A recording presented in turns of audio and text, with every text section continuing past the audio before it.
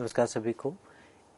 अभी हम जान रहे हैं सेल्फ हीलिंग के स्वरूप को, जिसमें पहले हमने जाना था कि शरीर के स्तर पर हम सेल्फ हीलिंग कैसे कर सकते हैं।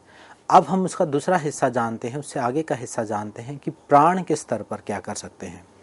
जैसे कि हमने जाना कि हम एक पंचकोश से बने हुए, एक प्याज जैसे होता है उसकी 5 लेयर होती है, तो वैसे ही एक व्यक्ति जो है, एक जो जीव आत्मा है, उसकी 5 लेयर हैं। पहली लेयर है शरीर, जिसको हम भोजन के द्वारा, नींद के द्वारा, एक्सरसाइज के द्वारा स्वस्थ करेंगे।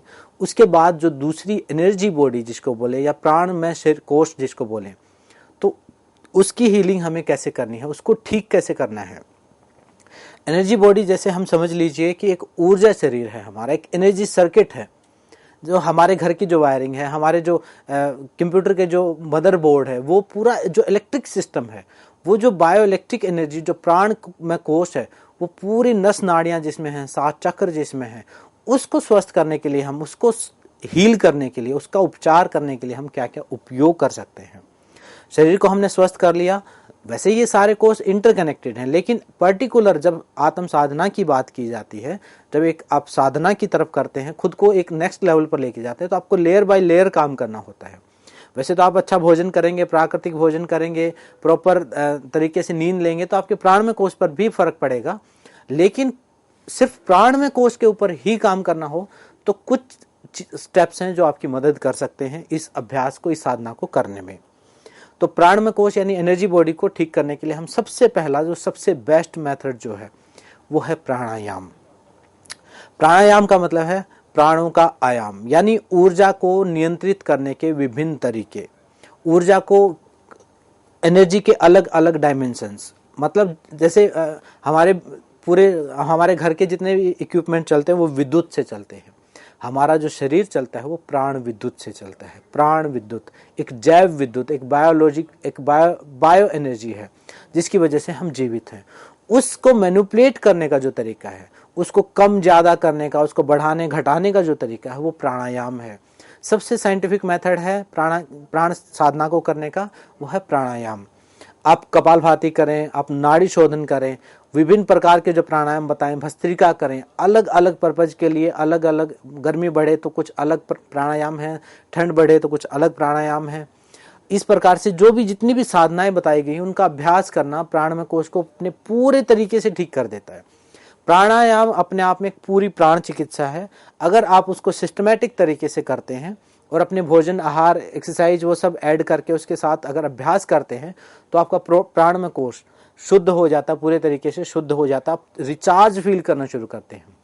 जैसा कि आपने, अगर किसी ने प्राणायाम का अभ्यास लगातार किया हो, तो महसूस करेंगे कि थकान होनी बंद हो जाती है।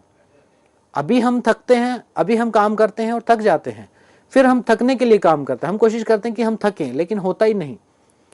छोटी मोटी चीजों में जो आलस्य है वो बिल्कुल समाप्त हो जाता है। दिमाग के तंतु खुलने शुरू हो जाते हैं, बुद्धि खुलनी शुरू हो जाती है। तो प्राणायाम सबसे बेस्ट मेथड है। उसके अलावा और हम क्या कर सकते हैं, हम प्राण साधना कर सकते हैं। प्राण साधना के अंतर्गत मैं रखता हूँ जो चिकित्साएं हैं, जो प्राण चिकित्सा है, प्राणिक हीलिंग है, रेकी हीलिंग है, जो उस पर्टिकुलर उस प्राणिक एनर्जी को रिसीव करने के लिए, उसको अलग अलग चक्रों में एम्पलीफाई करने के लिए, संतुलित करने के लिए जो साधना पद्धतियाँ या जो प्रैक्टिसेस की जाती हैं, वो सारी प्रैक्टिसेस इस प्राण साधना के अंतर्गत आती हैं। प्राणायाम भी एक अपने आप में बड़ी पावर रखता है हीलिंग करने की। वो आपकी बीमारी को भी ठीक कर सकता है, आपके मन को भी ठीक कर सकता है।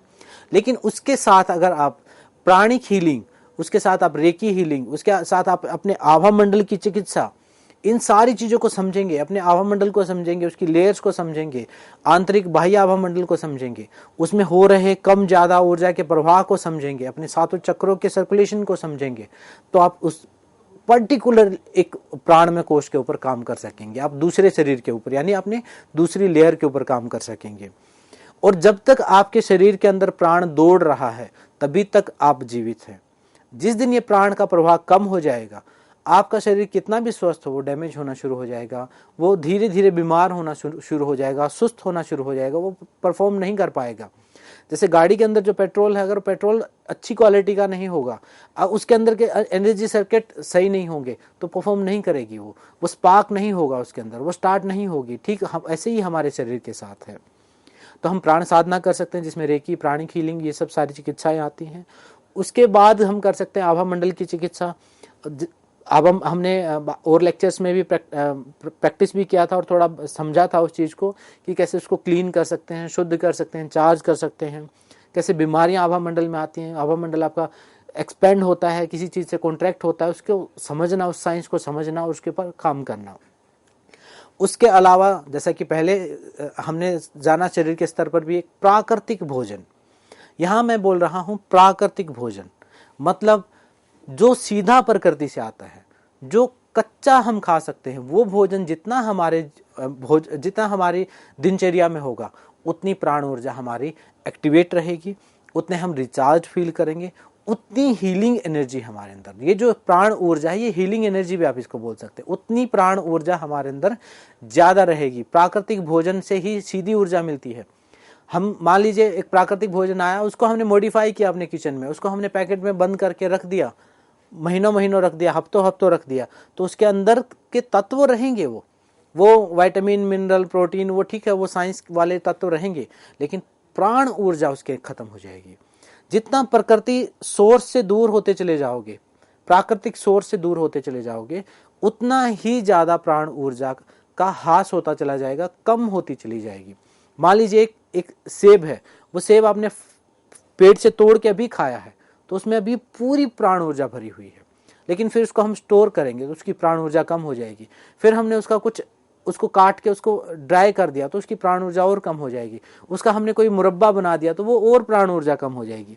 तो जितना प्रोसेस्ड फूड है उसको अवॉइड करके बिल्कुल रो वेजिटेबल्स, रो फ्रूट्स, ड्राई फ्रूट्स, नट्स, इन चीज़ों को जितना उपयोग हम करेंगे उतनी प्राण ऊर्जा हमारे अंदर ज़्यादा रहेगी, उतना हमारा जो ऊर्जा शरीर है वो विस्तृत रहेगा, बड़ा रहेगा और हम चार्ज फील करेंगे। अभी हम जो लो एनर्जी फील करते हैं भोजन के बाद, वो प्रोसेस्ड फूड की वजह से है। आप कभी भी एक एक्सपेरिमेंट आप करके देख सकते हैं, आप कभी भी फ्रूट खा लीजिए और उसके बाद आपको कभी नींद नहीं आएगी। आप फ्रूट खाइए जो प्राकृतिक फ्रूट है, बस पैकेट का फ्रूट ना हो, मॉडिफाई किया हुआ ना हो, आप प्राकृतिक एक फ्रूट ले लीजिए, एक खा लो, दो खा लो, कितना मर्जी खा लो, आपको कभी आलस्य आएगा ही नहीं, क्योंकि वो आपकी बॉडी के लिए ही बना हुआ है, उसको सपोर्ट करने के लिए बना हुआ है।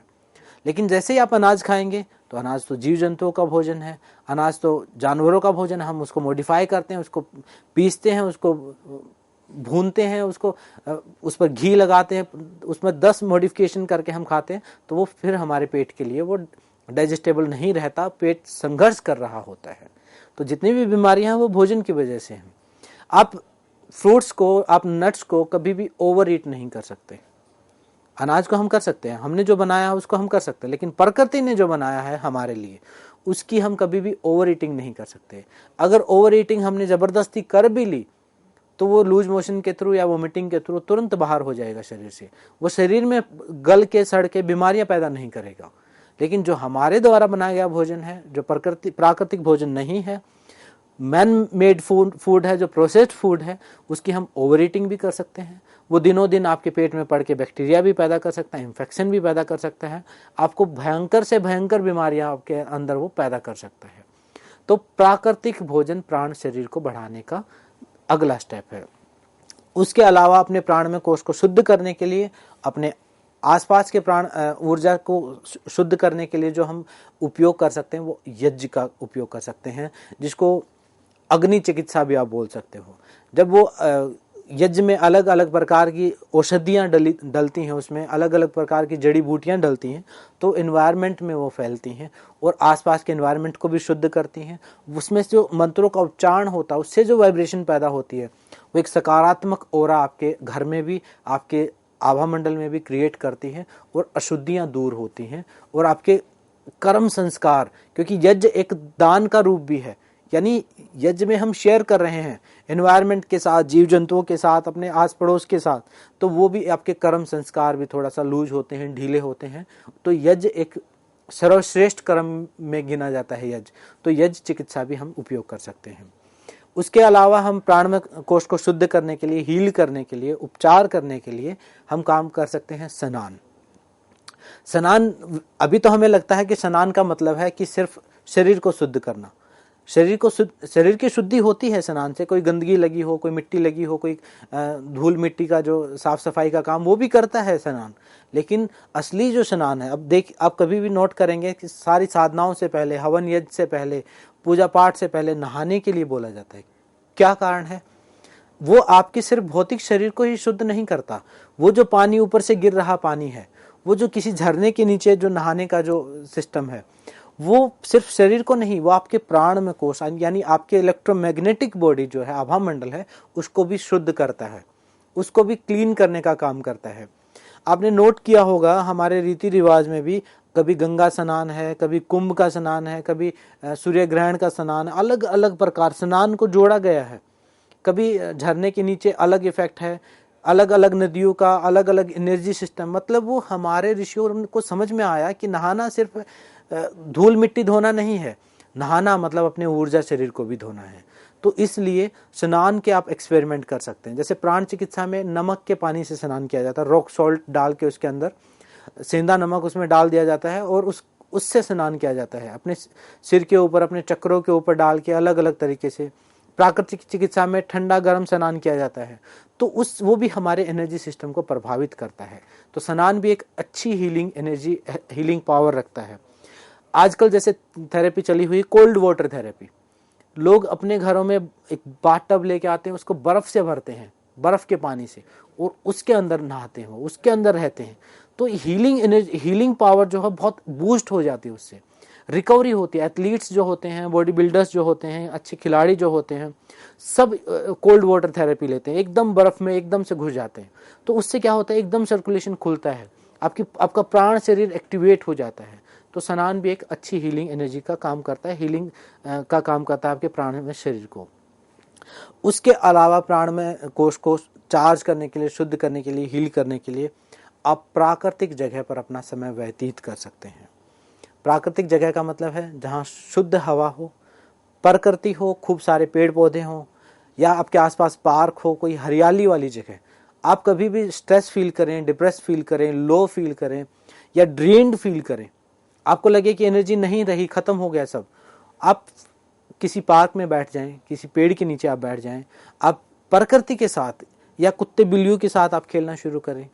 आप देखेंगे कि आप एकदम से आपका जो प्राण में शरीर है वो चार्ज होना शुरू हो गया, क्योंकि वो एकदम प्राकृतिक ऊर्जा के सीधे संसाधन है। वो आप जब पेड़ पौधों के बीच में से गुजरते हो तो आपके आभा मंडल में जितनी भी नेगेटिविटी है वो सोख लेते हैं और अपनी पॉजिटिविटी वो आपको देते हैं। वो पेड़ पौधे सिर्फ हवा, ऑक्सीजन, ऐसा नहीं कि सिर्फ ऑक्सीजन आपको देते हैं, वो प्राकृतिक ऊर्जा जो प्राण ऊर्जा है वो भी आपको प्रदान करते हैं। उसके अलावा जो नदियां हैं, झरने हैं, उसके अलावा जो पहाड़ हैं, वैसी जगह पे आप अपने आप ही, जब आप स्ट्रेस में होंगे तो आपको अपने आप ही मन करता है कि आप वहां पर जाके रहें, कुछ दिन व्यतीत करें, कुछ दिन घूमने के लिए जाएं। वो अलग बात है कि अब वहां घूम के भी हम वहां पर भी भीड़ कर देते हैं, लेकिन प्रकृति के साथ अगर हम समय व्यतीत करते हैं एकदम बिल्कुल एकांत स्थान में, तो हमारा प्राण में शरीर चार्ज होना शुरू हो जाता है, रिचार्ज होना शुरू हो जाता है और लंबी आयु होती है। शहरों में जीने वाले व्यक्ति के बजाय एक जंगलों में रहने वाला व्यक्ति, अगर लॉजिक के हिसाब से हम देखें तो शहर में एक भोजन अच्छा खाता है, हर इंसान अपने विटामिन, प्रोटीन, मिनरल सब पूरे करता है, मल्टीविटामिन भी खाता है और बढ़िया तरीके से जीवन जीने की कोशिश करता है। और एक दूरस्थ स्थानों में, पहाड़ों में, प्राकृतिक जगह पे वहाँ कोई ढंग से खाने का भी कोई इतनी चीज़ नहीं मिलती, इतनी सुख सुविधाएं भी नहीं हैं, लेकिन वो 100 साल से भी ऊपर निकल जाते हैं, उनकी आयु 100 साल से भी ऊपर चली जाती है। लेकिन जो पूरा एक एक चीज़ हर महीने जो अपने चेकअप कराते हैं वो 60, 70, 80 साल तक मुश्किल से पकड़ पाते हैं। तो कहने का मतलब है जितनी प्रकृति के साथ हम समय व्यतीत करेंगे उतनी प्राण ऊर्जा हमारी रहेगी। प्राण ऊर्जा ज्यादा रहेगी तो उतनी आयु लंबी होगी, उतना सुखद जीवन होगा। उसके बाद हम जो सेल्फ हीलिंग का नेक्स्ट कॉन्सेप्ट आता है, जब हम शरीर के ऊपर काम कर चुके, प्राण के ऊपर काम कर चुके, तो उसके बाद आता है हमारा मनोमय कोश, यानी हमारा जो मन है, हमारी जो भावनाएं हैं, हमारा भावनात्मक शरीर भी आप इसको बोल सकते हैं। शरीर को प्रभावित करता है आपका भोजन, नींद, एक्सरसाइज। प्राण को प्रभावित करते हैं आपकी विभिन्न प्रकार की जो आपकी जीवनचर्या है वो। अब आपने जब प्राण को भी हाई कर लिया, तब आपको जो नेक्स्ट स्टेप करना है वो अपने मन के ऊपर काम करना है। मन के ऊपर कैसे काम करना है। सबसे बेस्ट मेथड है अपने मन को शुद्ध करने का, उसका परिष्कार करने का, उसको जागृत करने का, उसको सात्विक करने का जो तरीका है वो है यम नियम। योग में यम नियम बताए हैं, सत्य, अहिंसा, अस्तेय, ब्रह्मचर्य, अपरिग्रह, सामाजिक नियम है ये। मतलब जब आप, यम का मतलब है सामाजिक डिसिप्लिन, सोशल डिसिप्लिन। जब आप यम का पालन करते हैं तो आप अपने समाज में एक अच्छी, आपकी एक इमेज बनना शुरू होती है। आप एक अच्छे नागरिक के रूप में, एक अच्छे व्यक्ति के रूप में आपकी स्थापना होती है, आपका जीवन आप जीना शुरू करते हैं। और नियम है सेल्फ डिसिप्लिन, शौच, संतोष, तप, स्वाध्याय, ईश्वर प्रणिधान। जब आप इनका अभ्यास करते हैं तो एक सेल्फ डिसिप्लिन आपके जीवन में पैदा होता है और आप अपने माइंड को, अपने मन को, अपनी भावनाओं को एक टाइप से रिक्रिएट कर रहे हैं, उसको एक नई डायरेक्शन आप दे रहे होते हैं। तो यम नियम का पालन करें, सबसे बेस्ट है।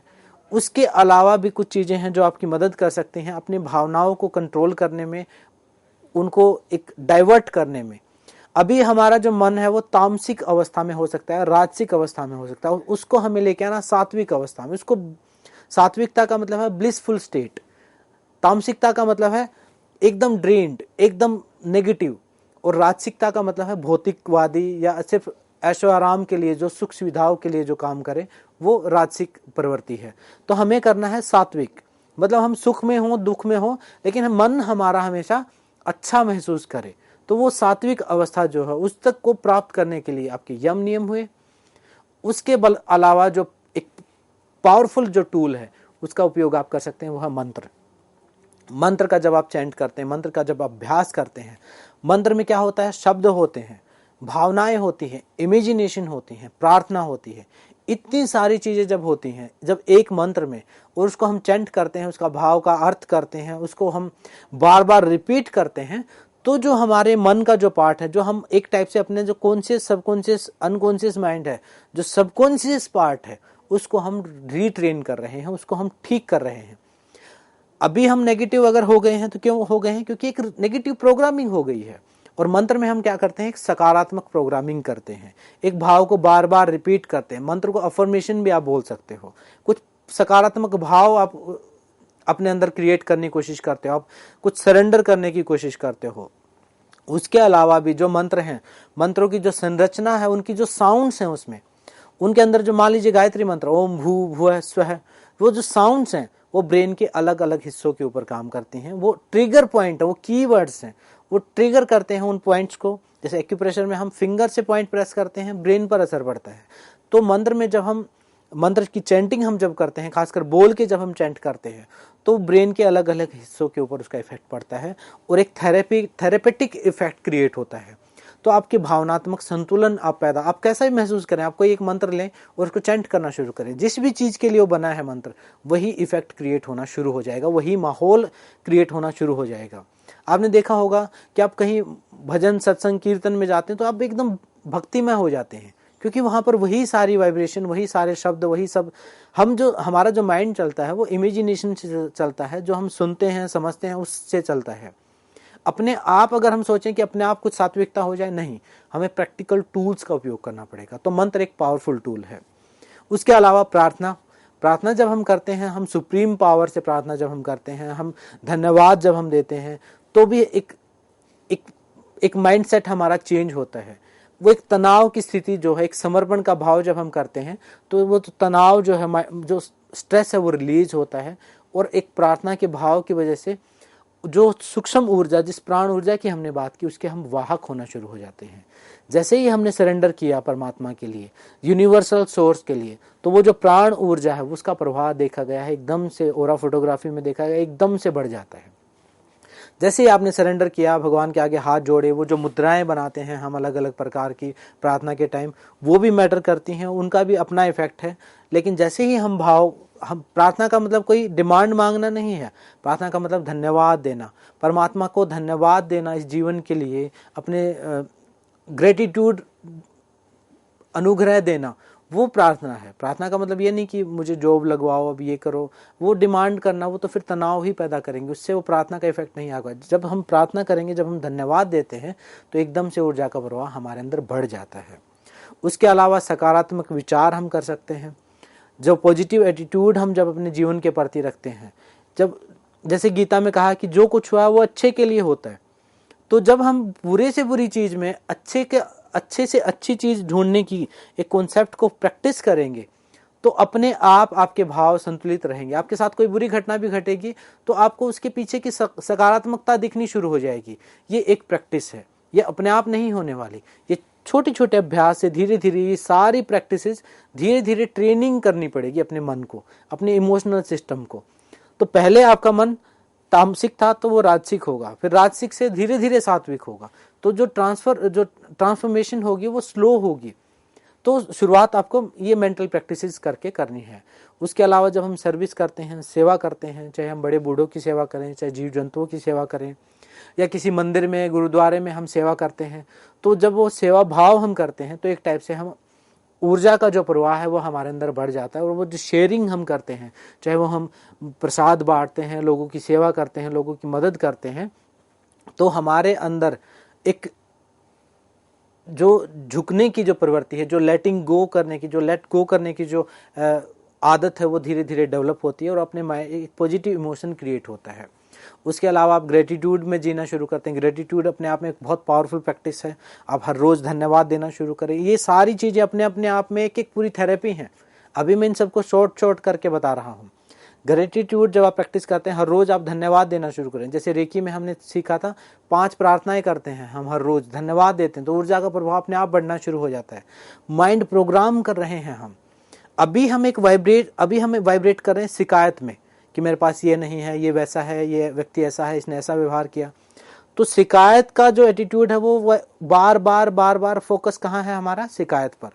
तो हमने एक शिकायत का चश्मा अपनी आंखों पर लगाया है, और जब उसी चश्मे के द्वारा हर चीज को देख रहे हैं, आप किसी भी बढ़िया से बढ़िया चीज में भी कमी निकाल सकते हैं।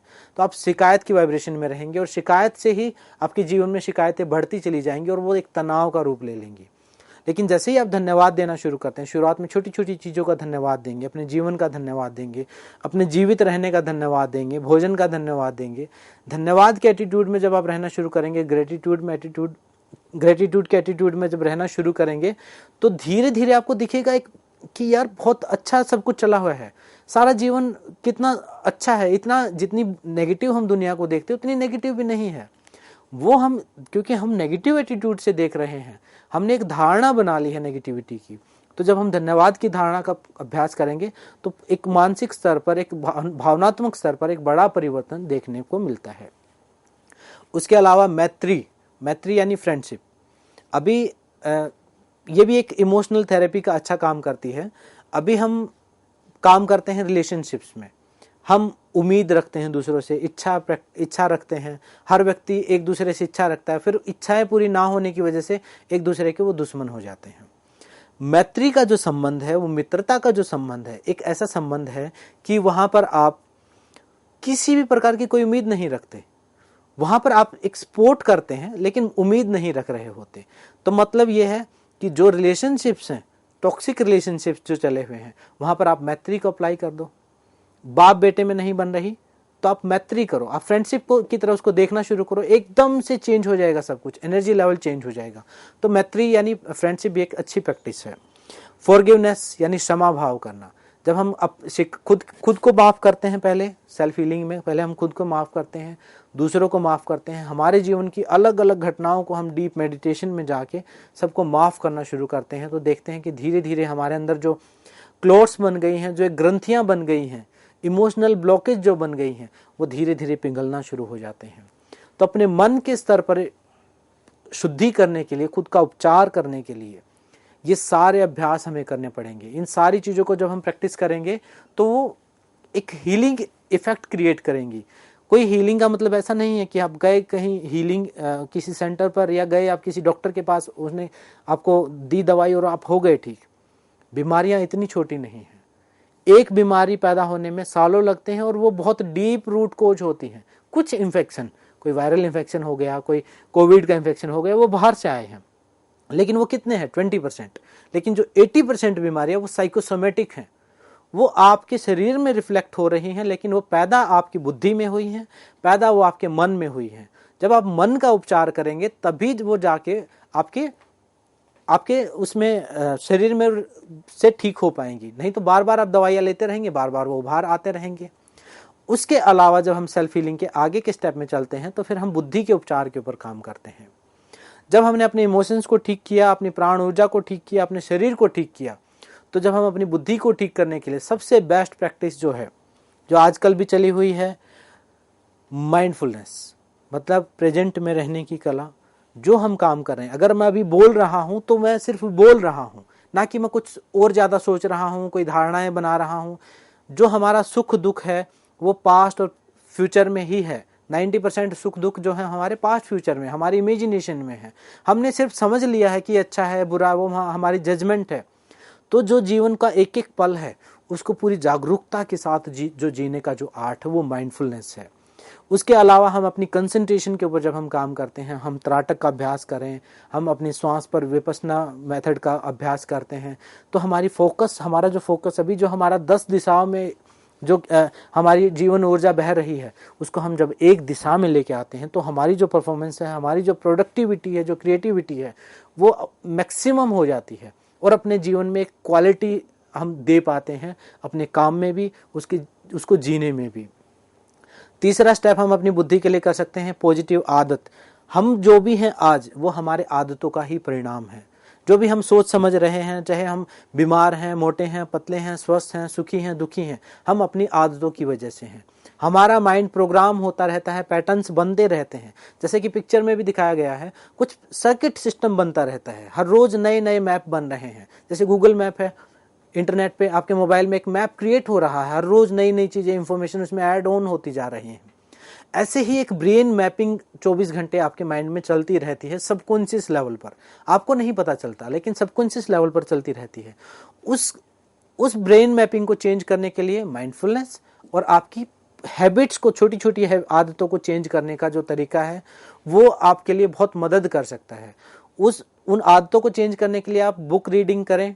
उसके लिए आप कोई भी चीज हो, जब कोई भी दुख, कोई भी सुख होता है, कोई भी प्रॉब्लम क्रिएट होती है, पहले विचार के स्तर पर होती है। तो वो जो पावर ऑफ चॉइस है, वो जो आप भगवान ने आपको जो शक्ति दी है चॉइस करने की, कि आप चूज कर सकते हैं कि ये विचार हाँ या नहीं, इस रास्ते चलना, इस रास्ते चलना, उस पावर ऑफ चॉइस का उपयोग करना और सेल्फ स्टडी करना, सेल्फ एनालाइज करना। इस प्रकार से हम बुद्धि के ऊपर काम कर सकते हैं इन सारी चीजों के।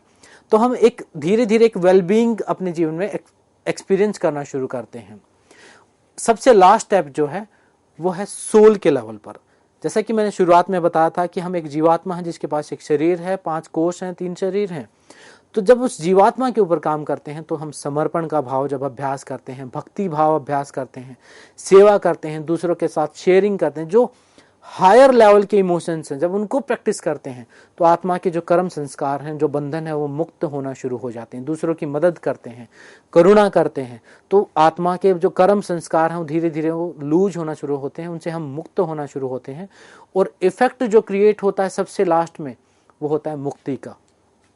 तो दुखों से मुक्ति होती है, हमें मोक्ष जिसको कहा है, जिसको निर्वाण कहा है, वो इफेक्ट क्रिएट होता है। और यही सारा कॉन्सेप्ट सेल्फ हीलिंग का कॉन्सेप्ट है। सेल्फ हीलिंग निष्कर्ष ये निकलता है कि ये सारा सेल्फ हीलिंग का मतलब है कि अपने शरीर से आत्मा तक का जो इलाज है वो सेल्फ हीलिंग है। तो आज के व्याख्यान में इतना ही। मेरी बातों को बड़े ध्यान से सुनने के लिए आप सबका धन्यवाद। मिलते हैं नेक्स्ट व्याख्यान में। ओम शांति शांति।